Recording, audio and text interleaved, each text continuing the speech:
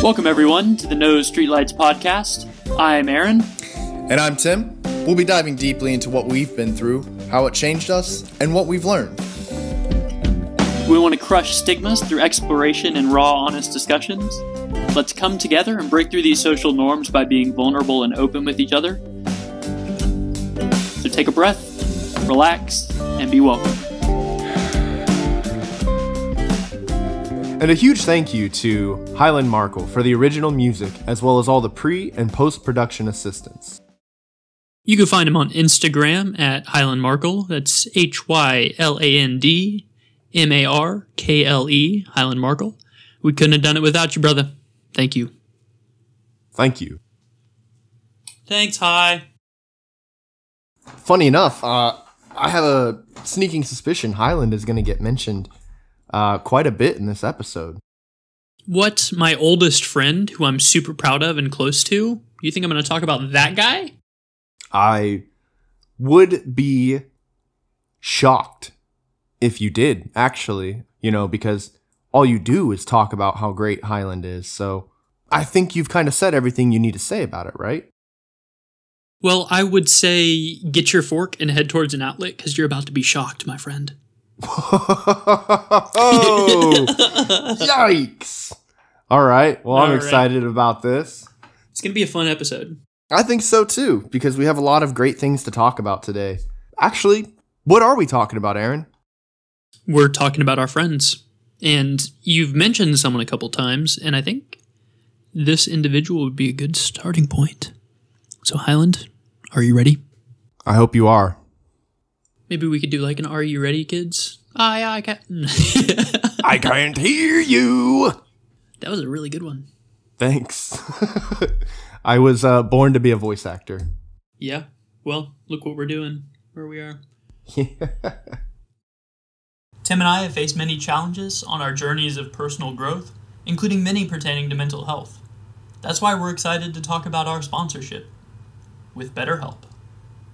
No matter what you're going through, be it depression, anxiety, relationship, or identity issues, or if you just need an outside perspective on what you're going through, BetterHelp can be an incredible option for you. Knowing how and where to get effective, affordable therapy is a major concern for many people. And with BetterHelp, you can connect with a licensed therapist from the comfort of your own home. Schedule appointments and attend sessions on your phone, laptop, or tablet. You can even message your therapist whenever you need their support.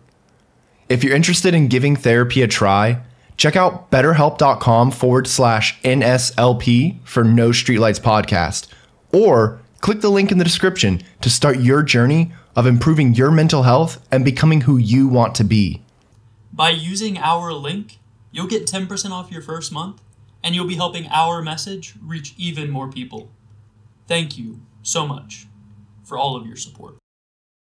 So, my best friend Highland crashed my 10th birthday party, and now I'm 30. So, I've had a relationship with that dude for like 20 years. I've had a relationship with you for 18 years. Our relationship can enlist now if it feels so inclined. Yeah, it could. I hope our relationship doesn't, though. Yeah, whew.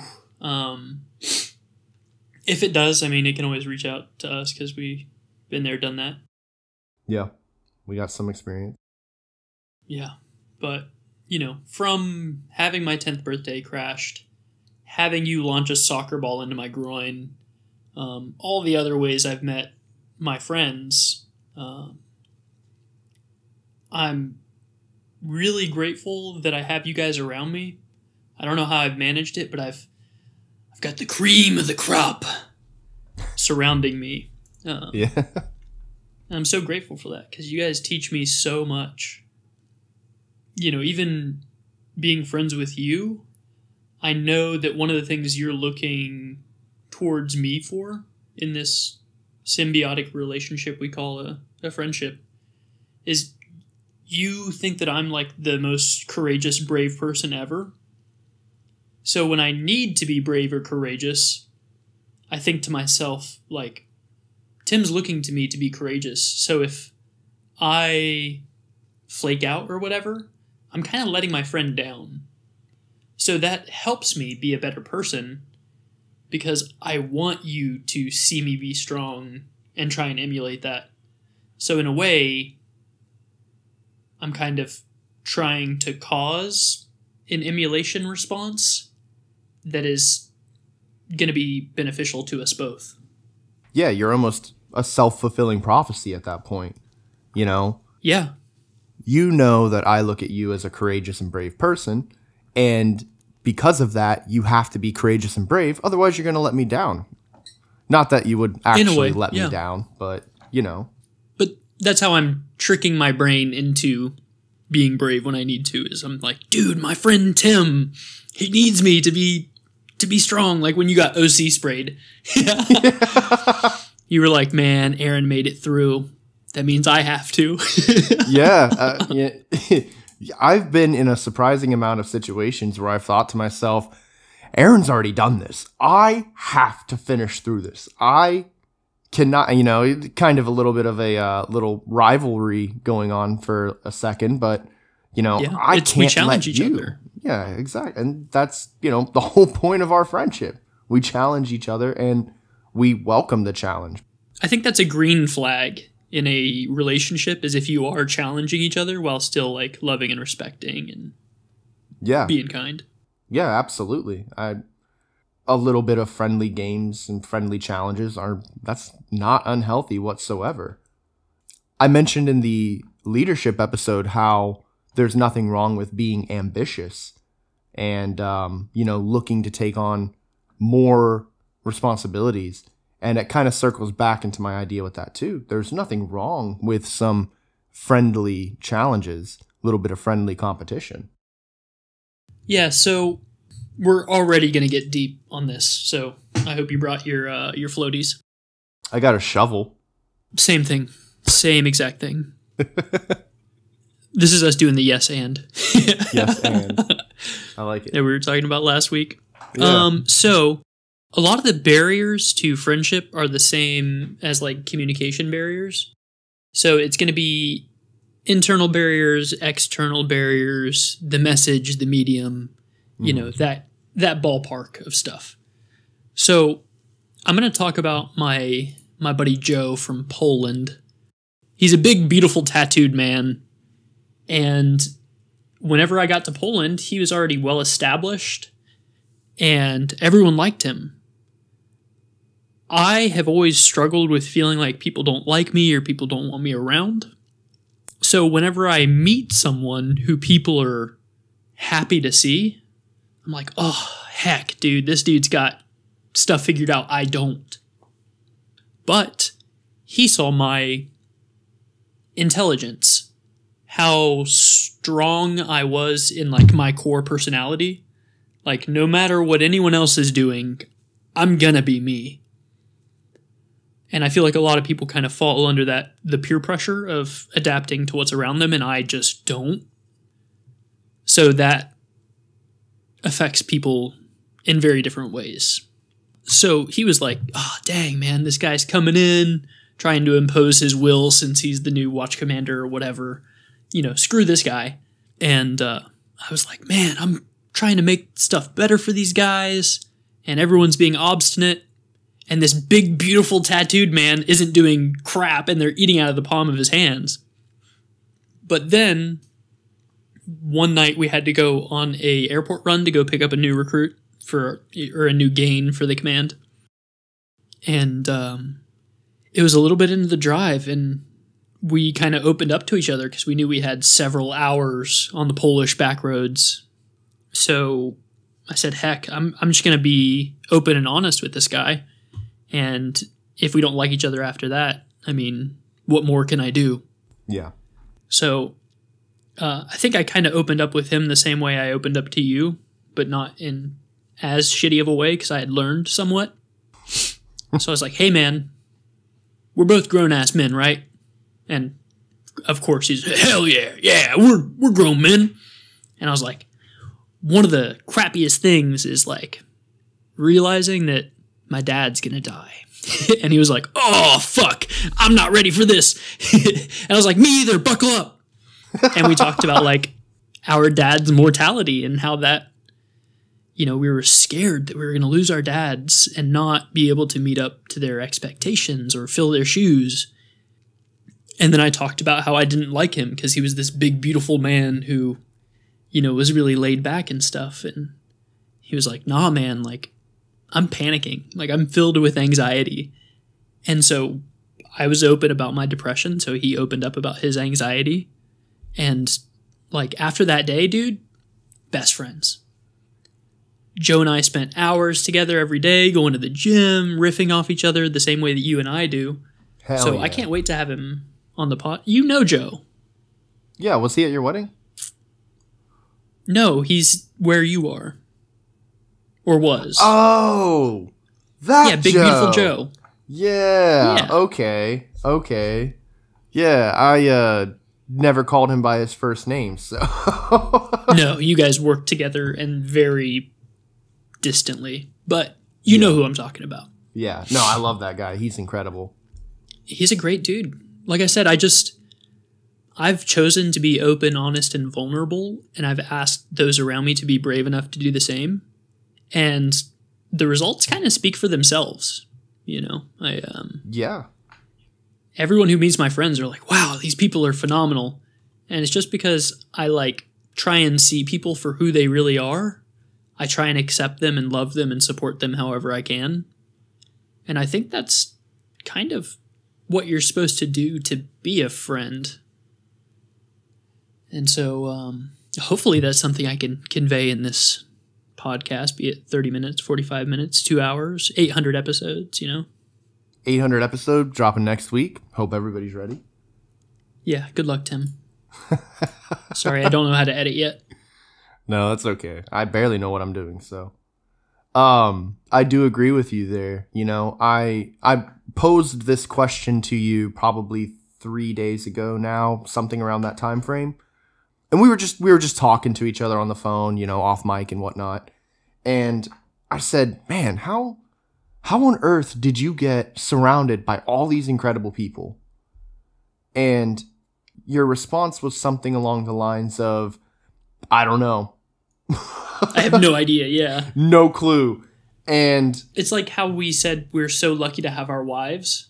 Yeah. I feel that way about every relationship in my life. Like with you. Dude, so lucky with Highland. So lucky with Joe.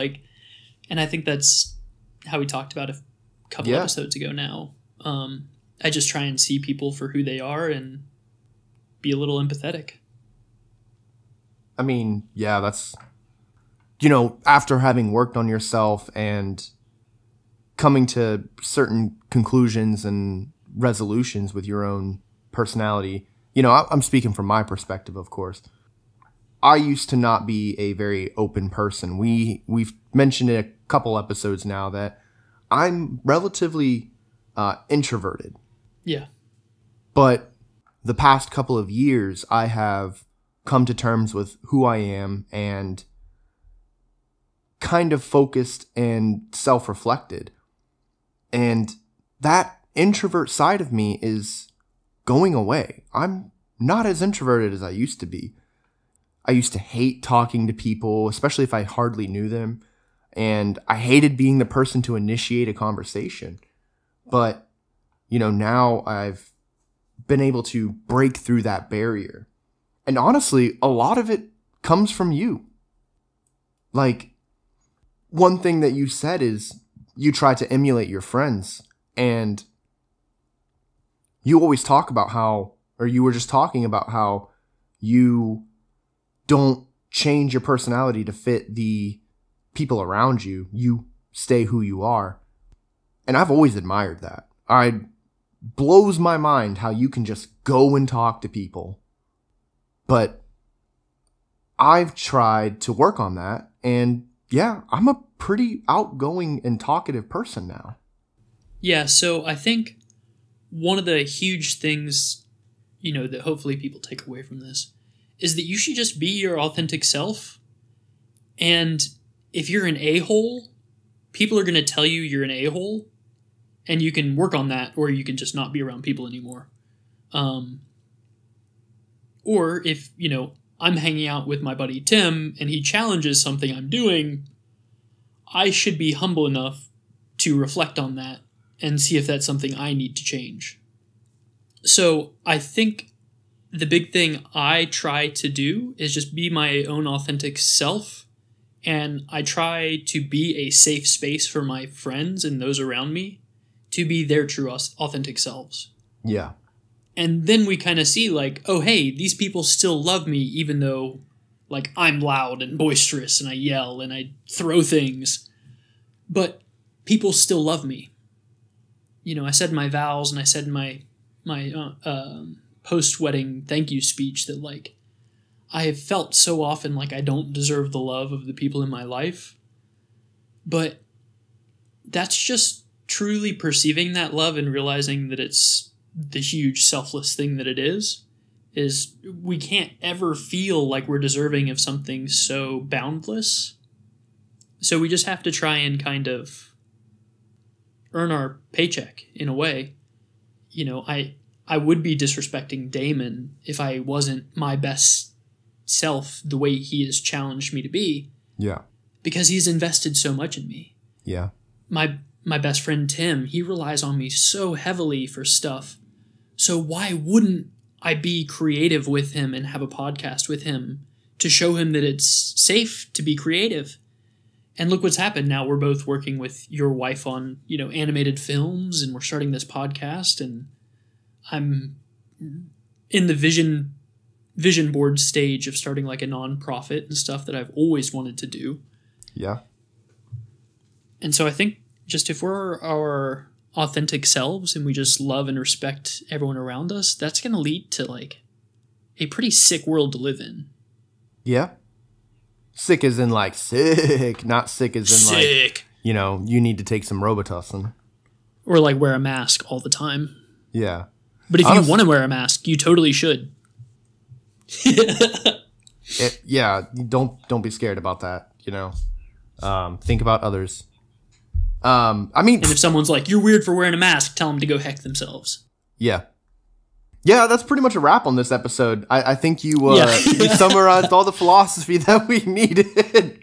So tune in again next week, guys, for the 5 Ds of, I don't know, cooking. 5 Ds of cooking, yeah. All right. Man. No, you know, I have surrounded myself with very loving people. Every single one of my super close friends, my best friends, more so like brothers, really. And, you know, brothers and also my wife, you know, but they have all given me what I've needed, which has always just been support, you know. They've always been able to vibe with me, I guess. You know, that's kind of how we would say it, right? Like, one of my biggest things whenever I meet a new person is I show them who I am. I'm a goofy person. I like making jokes, and I make funny voices, and, you know, I unapologetically tell people about how I play Magic the Gathering and Dungeons and Dragons, and, you know, I enjoy video games and Final Fantasy, and you know, all this other stuff that people, you know, kind of keep to themselves until they know if you're in that same, you know, interests.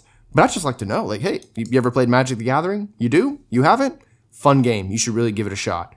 Yeah, and I'm a lot like that, where I'm like, hey, I'm Aaron. I love Dungeons and Dragons. I love reading. I'm a huge nerd. I'm a black belt, so I'll beat your ass.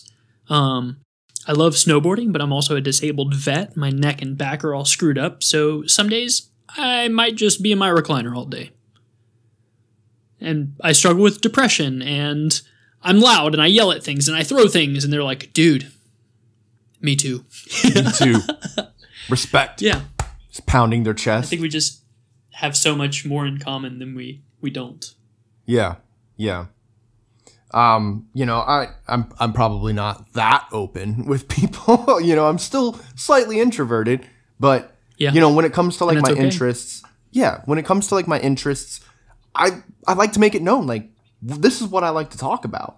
You know, I can't tell you the hours I have spent on post, like, talking about movies, talking about perspective of, you know, I think marijuana should be legalized federally, and, you know, other various concepts like theoretical physics is another random topic that I'm super passionate about, but I will never have a career in it. But I love learning about it and talking about what I've learned to people who are interested in hearing about it.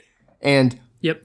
some people might be like, wow, that's kind of nerdy, but it's like, that's who I am, you know? And, you know, ultimately what I'm trying to say is like, whenever I meet new people, I give them the curveball of this is who I am. And if they catch it and throw it back, great. If they, you know, completely miss it, then it is what it is. Or they duck.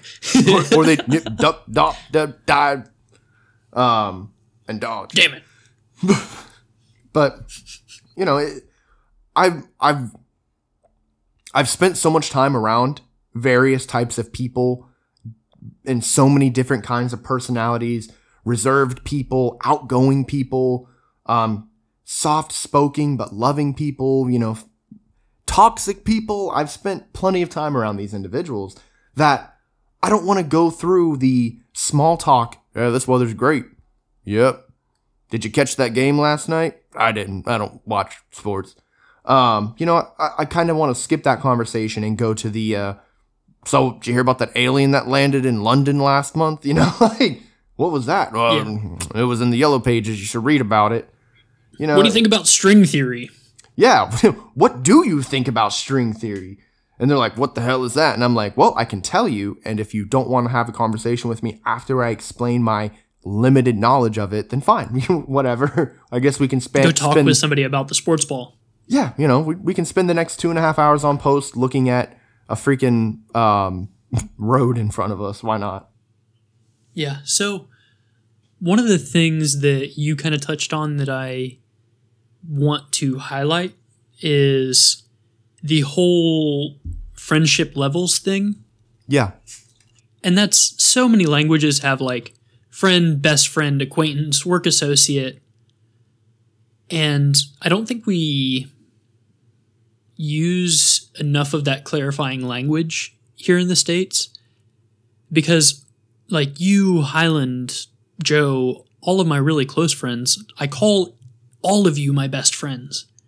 And people are like, wait, I thought your best friend was Tim. And I'm like, yeah, but I'm also best friends with Highland. Yeah, but I'm also best friends with Joe. Yeah. And you are kind of clarifying that level as like family, your brothers, your sisters. Yeah. And so like, I've got all these best friends, but I kind of also view them as my brothers. So these are just like people I love, which, you know, for me, I would have to define what that means and entails and stuff. But like, I have work associates. And like you said, if I'm being my true authentic self, people are going to know within a couple minutes if they want to hang out with me. Yeah. And if not, that's fine. I'm not everyone's cup of tea. Not everyone's my cup of tea. Mm-hmm. But if you are trying to conceal who you are, then you are going to have to wonder if I love you for who you are because I don't know who you are. Mm-hmm. So why not just skip all that BS and just be you? I'll be me. And if it's not a fit, cool. Next. Look, lay it all out in a lineup. You know what I'm saying? Like, put it all out there. Let everybody see what's going on. And, you know, if you want to participate in this potential growing relationship between us, then perfect. Let's proceed. You know, I've laid it all out. Yeah. You should lay it all out. You know, I show you yours, you show me mine kind of situation. Wait, I said that backwards. Well, same, boss. Same. But yeah, you know, I do think that having a best friend, like you're my best friend, Matt is my best friend, Brian is my best friend, my wife is my best friend, you know, there's nothing wrong with that. It's not like a wedding where you have one best man and then, you know, 18 groomsmen or whatever. Yeah. That's why I wanted to have all best men. Yeah. Instead of like groomsmen and a best man. Yeah. It's like, they're all the best man. What are you talking about? What are you talking about? Have you met them? Groomsmen 1? Groomsmen 2? People do kind of get caught up in the whole, well, I only have my one best friend. Or, you know, at least that's kind of, I've seen people do that. I don't know if that's still the mindset of this current generation. I feel like more people are open and conscientious of the idea of putting a specific label on a specific relationship. And they don't want to do that because, you know, you are a really good friend of mine. And the amount that I care about you and the amount that you care about me, that's our relationship. And then I also have that with somebody else. But I'm not going to determine which one. I'm not going to put a label on, you're my absolute best friend, and they fall short of that. I feel like people don't... Yeah, that's insulting, almost. Yeah, it is. I feel like a lot of people are more considerate whenever it comes to using those terms now. So I think a lot of people just refer to everybody as, like, their friend. Heck, in the military, we just refer to each other as brother or sister, like you said. Yeah, so I think it is important to realize that there are levels to it. And we all get the choice of taking things at our own speed and being able to say, hey, I don't want to be friends with you. And that's a lot easier when you know who someone actually is. Mm-hmm. And I think most people are going to find that they get along with way more people than they thought they would. Like, one of the guys down at the lodge invited my wife and I to hang out with him and his wife and some of our other brothers. Most of the guys down at my lodge are old white guys. So she thought she was going to have a bunch of really closed-minded conversations, and we are both very progressive in our thought patterns. But we had honest, engaging discussions about religion with a minister, a Buddhist, you know, a kind of Unitarian agnostic, like how you kind of talked about things of, like, you know, I think all religions are pointing at the same thing, and I don't necessarily want to define it. So, I mean, the way to facilitate that is just being a safe space where people can come and talk. And like we've said about how brave my wife is, I've said that a couple times, but like anytime someone says something that is inappropriate or they shouldn't be saying, she challenges them on the spot. Like, I've seen her yell at her mother, who's terrifying, because, you know, she challenged something she said or believed or did something inappropriate. Yeah. And so that then inspires me to be brave and step out and say something when someone does or says something inappropriate. And so that's enhanced all of my friendships, because oftentimes we don't realize that what we say or do, we don't understand how it affects those around us. Yeah. But as we're starting to engage in these conversations, we do see the effects of our actions. We're able to be a little introspective and a little retrospective and find out how to improve ourselves to be better friends and better partners. Yeah, I've had friends that I've been able to kind of click with almost in an instant manner. You know, I've talked about how the friends I've made in the military have been like family to me. We're very close to each other, and, you know, we may not communicate as much as, you know, we used to, or they've moved away and they're doing a different job, or, you know, something to that effect. And, or some of them have gotten out of the military too, but they have stayed with me, like, in my heart. Like, I keep one of my friends, she transferred probably a year ago now, and I have one of her name tapes just patched in underneath my vest whenever I wear it. And I just have it every now and then. I open it up, I'm like, oh, hey, there it is. It's cool. And like, they've each inspired me to try something new, you know, be a little bit goofier, be a little bit more mental health focused, various other attributes that they have taught me or have shown me is a positive quality that I do carry. And, you know, you're always going to be your own biggest critic. So I question myself a lot, like, oh, am I actually a good friend? Do people actually get inspired by me? Because you're talking about how, like, I view you as, like, the courageous and brave guy, but, what do you view me as? These are questions that I have mentally. I ask myself all the time, am I a friend that people want to emulate, or am I just, kind of there to make people laugh? I don't know. But I definitely have had friends who have shown me positive qualities in my personality that I want to show everybody. I want to make jokes with people and be that class clown with them, because my friends have showed me that is a good thing that I have. I make them laugh. I make them enjoy their day. I can help them through a difficult time and make them laugh. That's, to me, that's important. Yeah, and I think it's... that was heavy.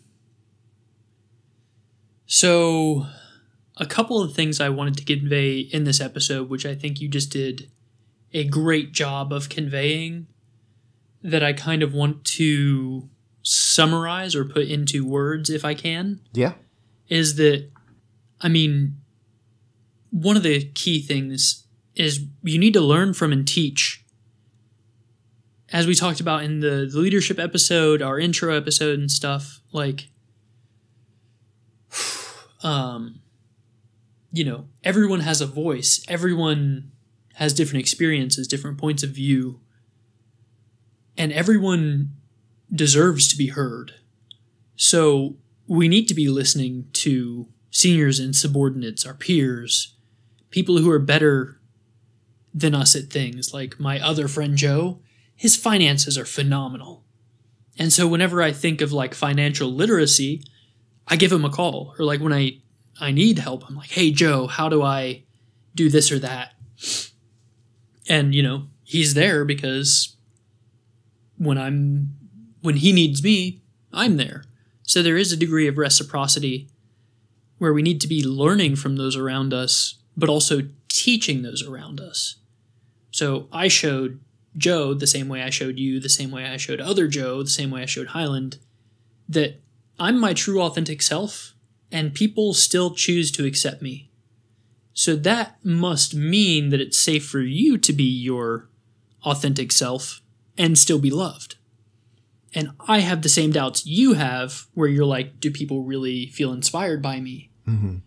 But the way that I have kind of quieted my mind on that question is I have, through years of determination, decided to accept the love that my friends are giving me.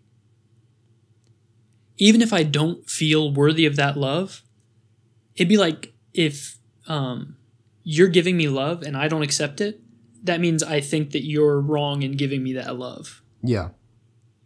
But I don't. I think that you are perfect.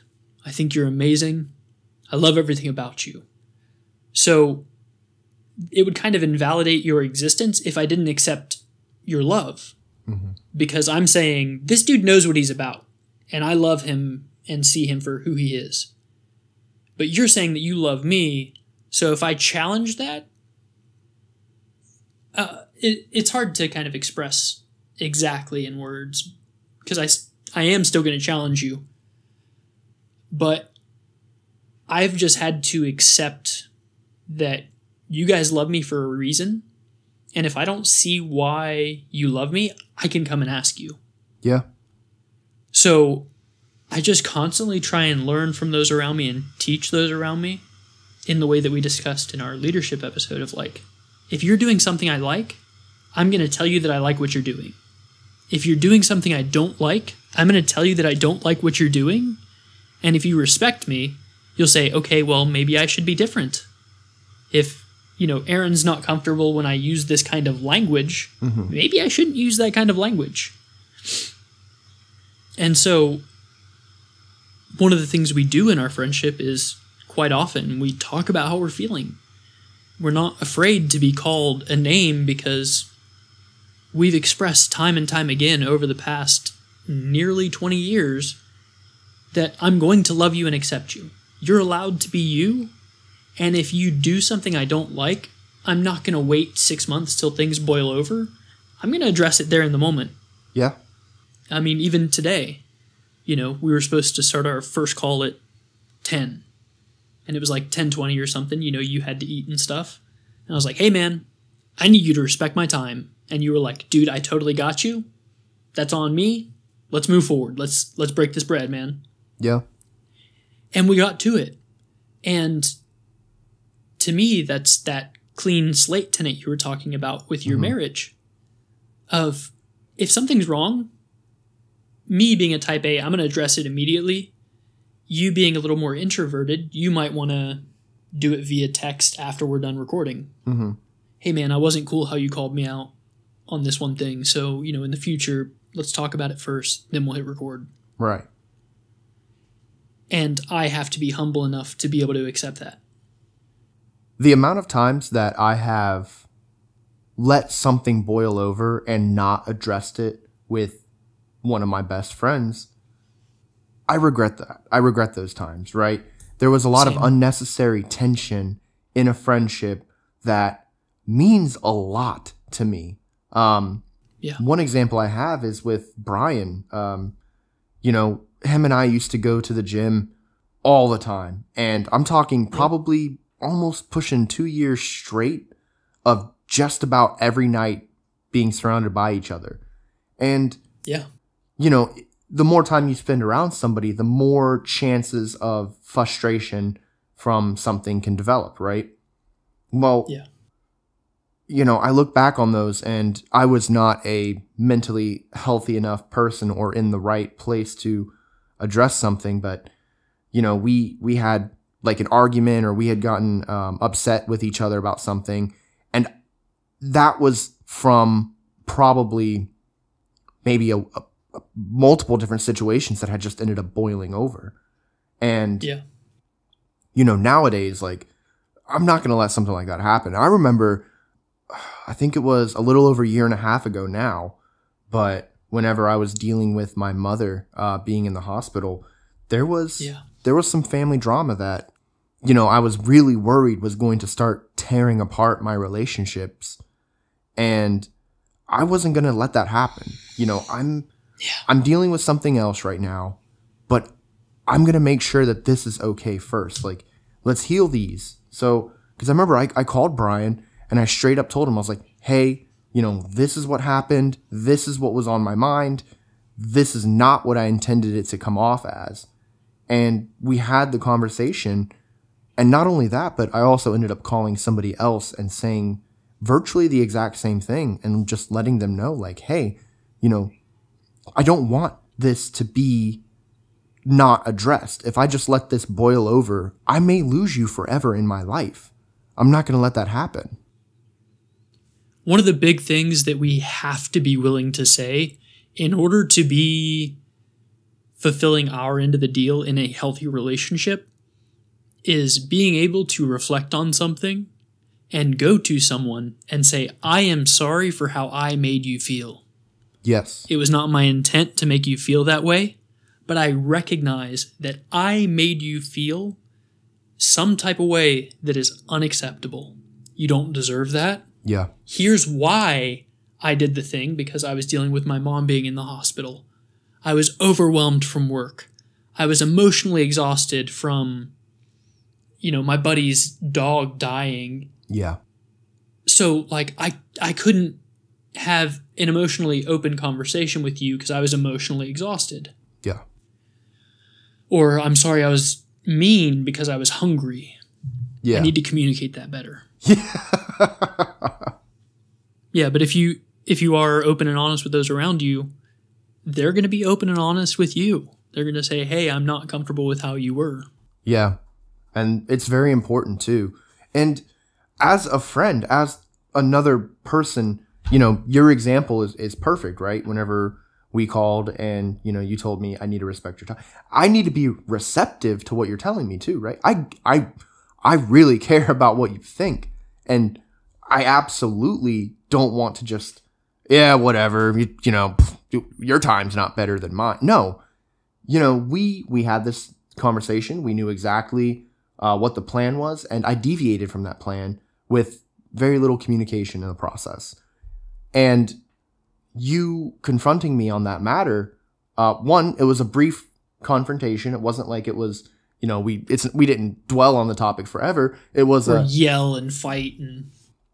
Yeah, there's no point in yelling or fighting. Your point is not going to be addressed just because you're saying it louder, Yeah. That doesn't make you more right. Yeah, and as the other person in this friendship, I need to be receptive of what you're telling me. Yes, I am completely sorry. That's 100% my fault. I will not do that again.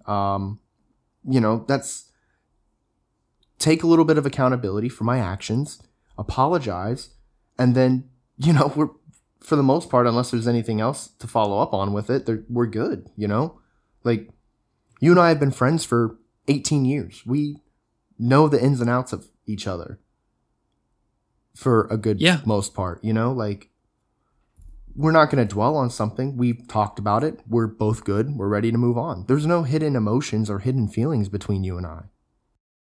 Yeah. And I know last week was marriage, but my most recent disagreement with my wife, we did yell because that's how we needed to communicate what was going on. We still loved each other. We still respected each other, but she had to yell to be heard and I had to yell to be heard. And that's okay. That doesn't mean our marriage is going to fail. That doesn't mean that's the best way to communicate. Thank God we don't yell regularly. That's the first time we've both been yelling. Yeah. But I wasn't communicating the way I needed to. I saw in your notes that, you said that wife B likes to be quiet because she wants to choose her words. Yeah. Because she realizes how they affect you. Yeah. And I've realized that I need to be doing that. So a lot of times I am quiet when I need to be vocal. But us being conscious about our relationships, we're conscious about our actions and how the people around us are acting based on our actions. Yeah.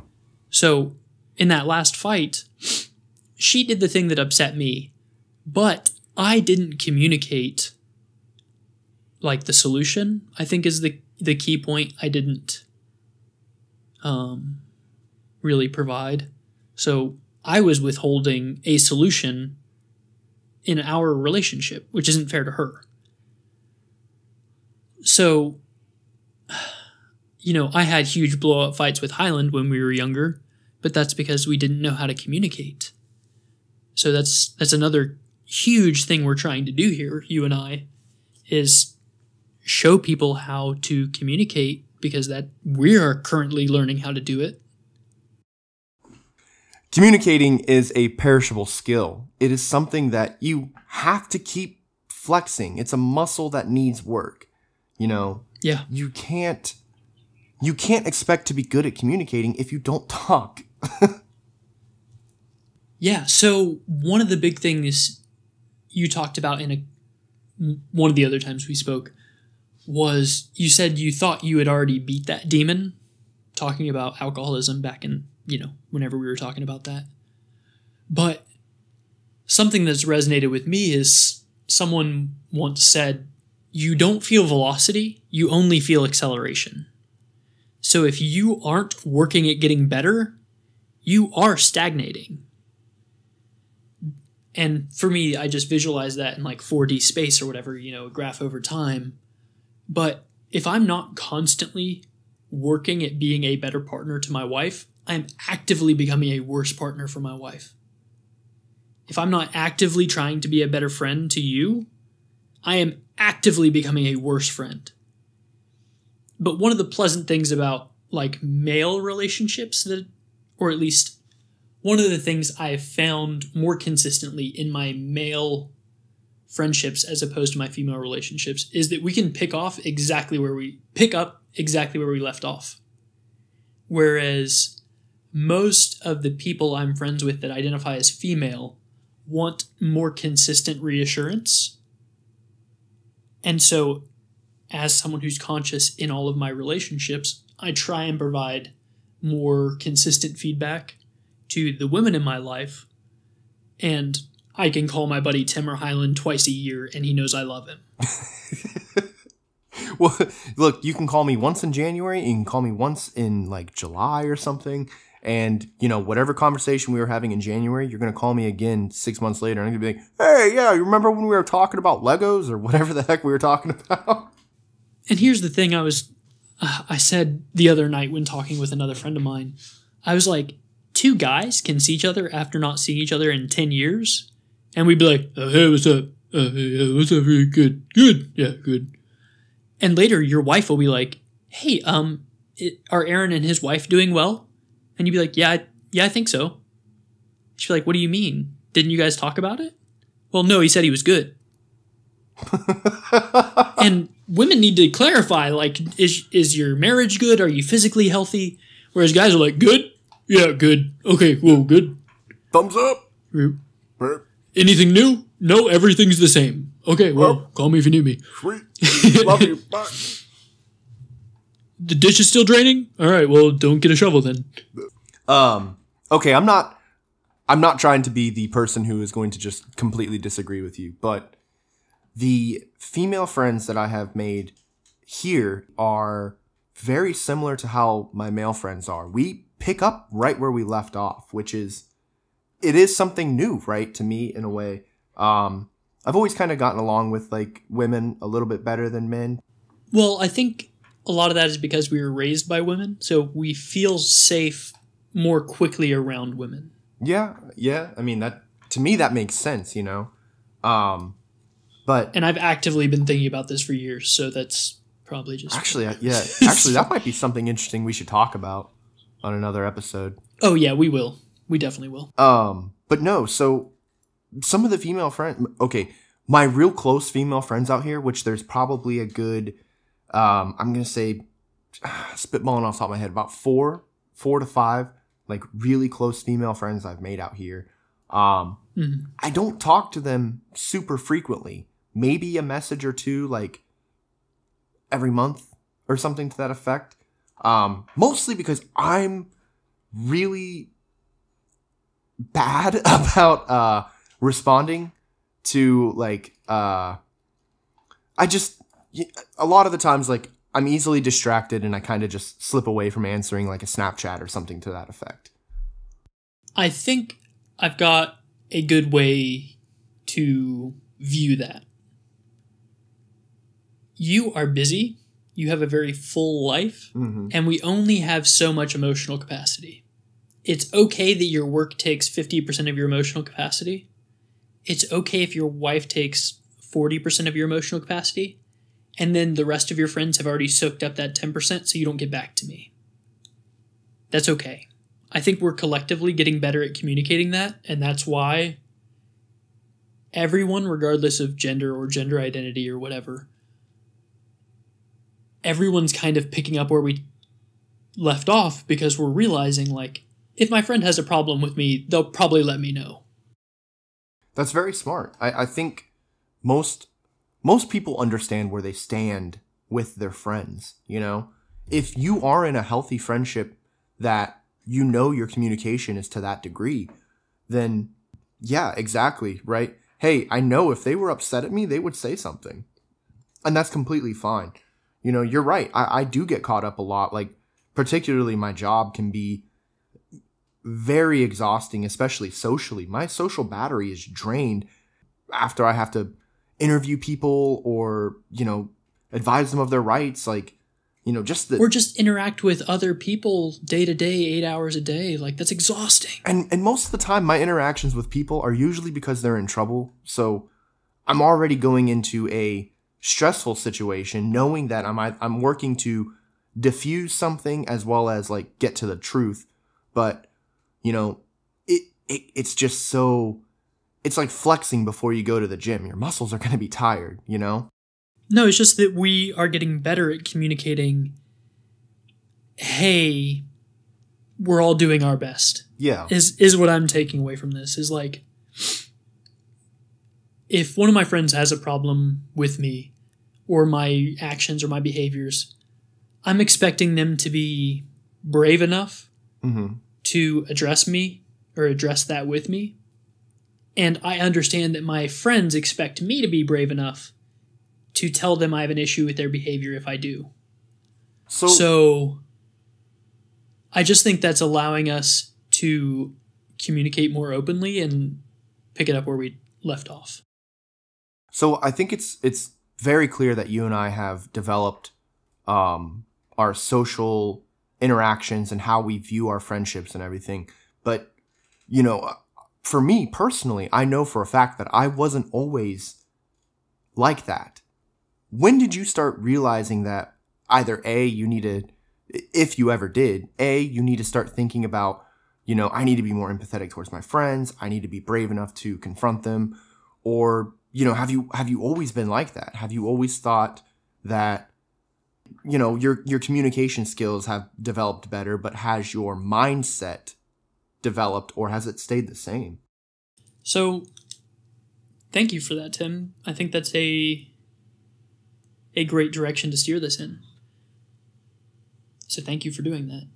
I haven't always had a high emotional IQ. I've had to work very hard at my emotional intelligence. I have always had like a caring soul or whatever.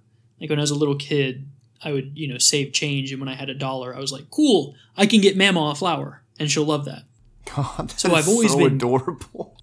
I know, I was such a nerd, which is a good thing, I'm realizing. Yes. Be yourself unapologetically. Do good recklessly. Yes. But I've had to work extremely hard on my emotional IQ. When I like kind of saw that I needed to make change to answer your question was probably in Nevada in like 20...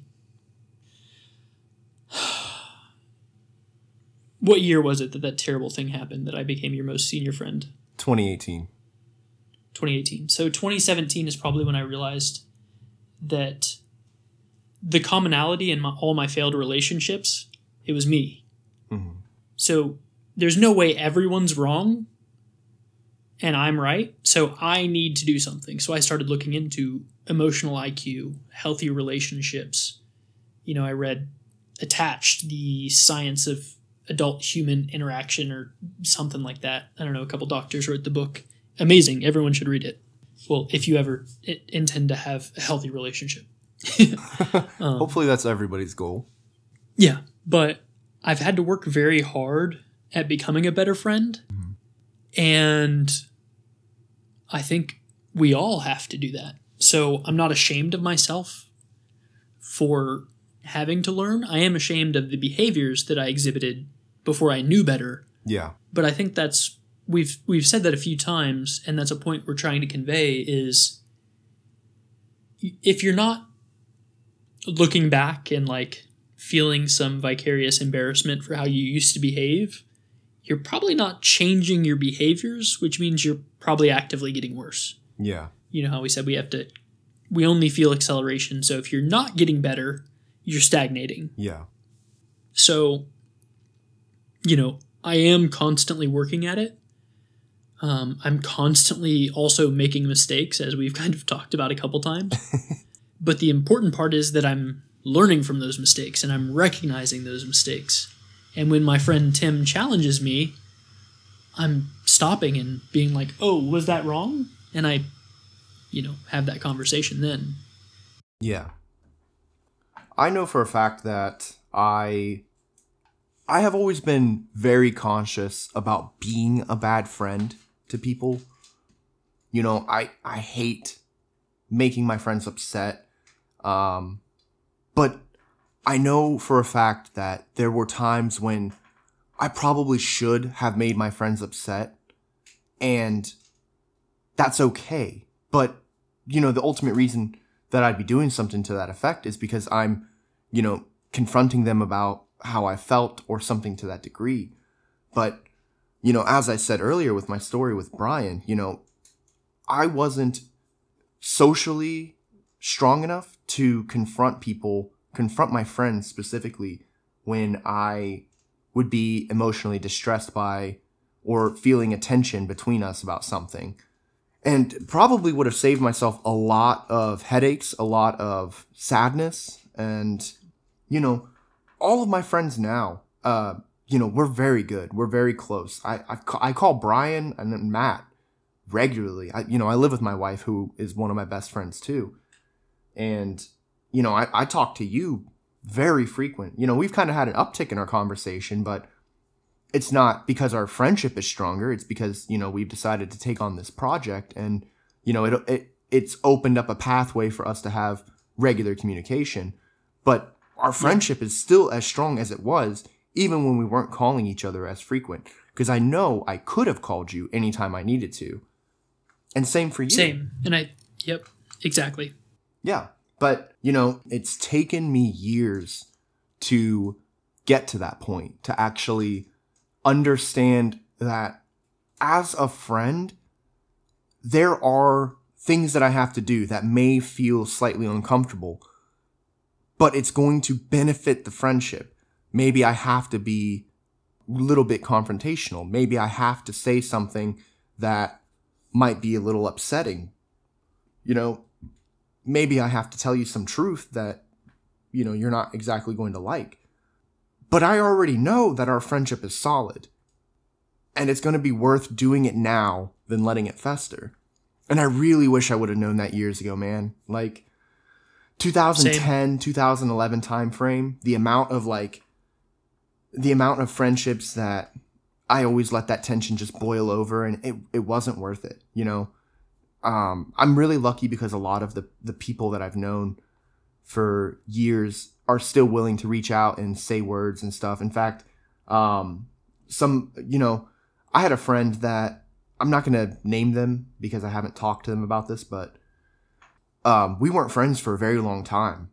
And there were reasons why we weren't, but, they reached out to me, and I was receptive to that at that point because I had developed, my mentality and changed how I wanted to approach situations. So even if I, at the time, didn't want to talk to them, they reached out and apologized for some stuff and kind of explained some stuff to me, and I was receptive to it. And because of that, we've actually developed a good friendship akin to where we were when we were younger. Heck, we've had probably dozens of people reach out to us and say, hey guys, we just, I just listened to the episode. Yeah. No idea you guys were going through that. So sorry for how I was or whatever. Yeah. And every time we're like, no, me too. Yeah. None of us know what the other person's going through. So our mission now is just to be kind. And that's pretty much it. Yeah. There have been friendships that I've lost, and, some of them I don't think I'll ever be able to get back. And that's okay. I think, I know I'm a better person than I was at the time when I lost that friendship. And I know that I've developed a lot since then. And, another example of a friendship was, I cut somebody out of my life for all the wrong reasons, and I was going through some awful stuff at the time. And, we already talked about how I became an alcohol abuser, and, I wasn't right in the head for a lot of conversations that I've had with certain people. And I lost this friend. And, after I'd started emotionally maturing, physically maturing and everything, I reached out to them, fully expecting them to just completely not want to have the conversation. Just, I was expecting to get shut down, but I needed to reach out and apologize for the way I had acted because I was in the wrong, But. And you realized that. Yeah. And I needed them to know that I knew I was in the wrong, and I'm very sorry about what I had done. And they were super receptive to it, which very similar to how my friend had reached out to me and I was receptive to it. I got blessed knowing that this person took me back in again and considered me a friend again. And even though we don't communicate super frequently, I still view them as somebody very important to me. And I hope that they're doing really well. The people in my life, the people I'm surrounded by, I want to see them all succeed. Yeah.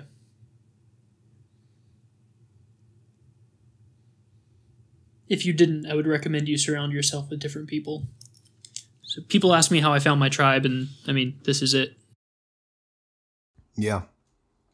You know, we've talked about how we eventually had a realization that, you know, we needed to be better friends. You know, there's always growth in that part of our life, and we should be growing as friends, as husbands, as leaders, whatever, you know. Dragon Ball Z fans. Yeah. I'm still waiting for the new anime to drop. Who knows when it's going to happen? Yeah. What's the super? I don't. Super duper? I think it's going to be super D duper. Okay. Yeah. Super Z duper. So what were you saying? Sorry. So Super Z duper. Super Z duper. You know, so in your opinion, like, what makes somebody a good friend to you? You know, how has that idea changed over the years? Because I'm sure who you considered a good friend back 10 years ago would be different than who you'd consider a good friend now. Yeah. So, amazing question, Tim. How do I do the words at this? So, all of my philosophies are consolidating. So, all of my relationship theory, my leadership theory, it's all becoming interconnected. So, you know, I've got to love and respect those around me. I have to kill my ego and be humble enough to be receptive to different solutions. Yeah. So, I mean, all my philosophies are just becoming one at this point. Like we were talking about string theory earlier. Yeah. You know, I think you just have to be communicative. You have to be authentic. You have to be humble and receptive. I could tell stories all night long, and I have, and I know I will again, about how awesome my friends are. Yeah. I've gassed my friends up, and I'm going to keep doing that. So suck it up, Buttercup. But, you know, I think we just have to realize that we're each doing our best and give each other credit. You know, if you upset me and I said, hey, I'm done, and then a couple years later you reach out and say, hey, sorry, I was a butthole and I've learned, I should be receptive. And if you screwed it up so badly that I could never forgive you, that's also fine. Yeah. I can also say, I'm never dealing with Tim again. Yeah. And that's my right. But I also have to respect your right to want to communicate and so on and so forth. So all of my theories could be summarized as be kind. And that's why I identify as Buddhist, because all the Buddhist texts it doesn't matter how long it is, the last two words are like, so in summary, be kind. And I'm like, I'm on board with that. Yeah. Sign me up. That's the only thing I care about is being kind. Yeah. And it has taken me years to realize that means I need to be a better communicator. It means I need to be a better husband to my wife. I need to be a better friend to my friends. I need to be a better employee to my supervisor, because every day that they're having is the hardest day they've ever had that day. Realize everyone's going through some stuff, and you just got to be open and try and get through it together. How about you? What do you think a friend does, or what do you want to punctuate this with? I think that if I had to go back to it and reconsider how I wanted to be a friend when I was younger, I really wish I would have understood more about the fact that I'm not a main character in the story here. I am participating in a reality with everybody else. And, instead of being so self-focused and self-centered, I really wish that I would have cared more when I was younger. I wish I would have confronted people when it needed to happen. And I really wish I had just been more empathetic. I do agree with you that, as we get older, I'm about to hit the dirty 30 in a little over a month now. My mindset has changed so much that I can't fathom how kind of silly I was when I was younger, in all honesty. Same.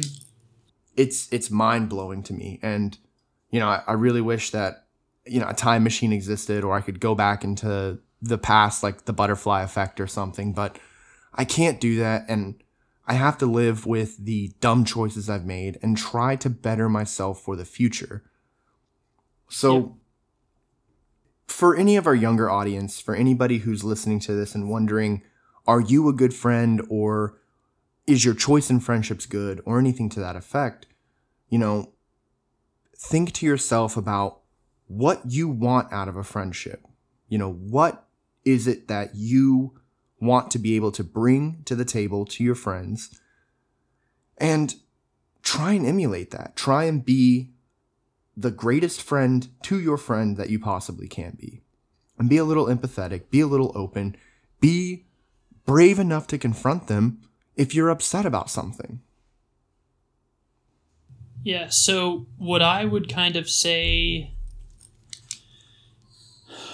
in response would also be to believe yourself.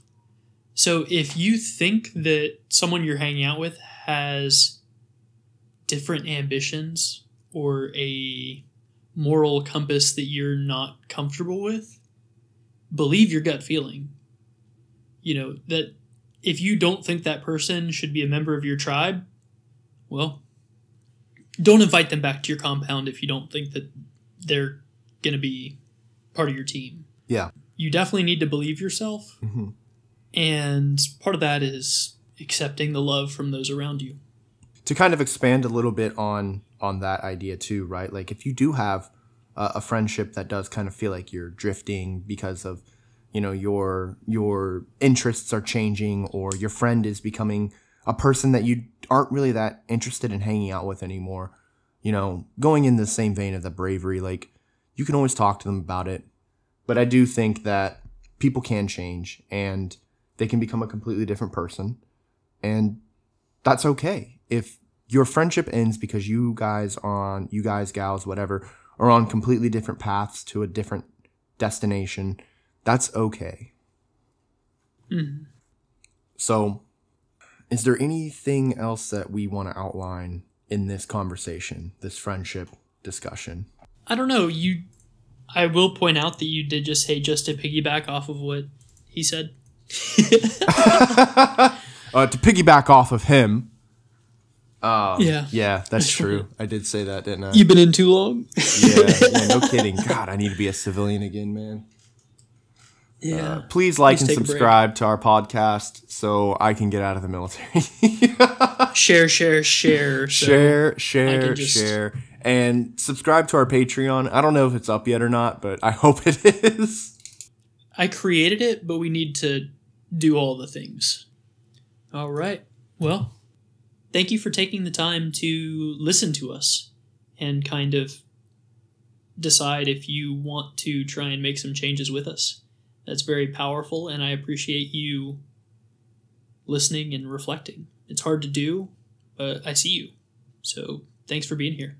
So to any of our listeners, tag some friends in the comments below, or share this with anybody who's inspired you to be a better friend, or somebody that you have learned how to be a better friend through.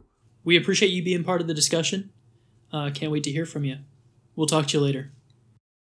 Thank you for joining us. This has been Aaron. And Tim.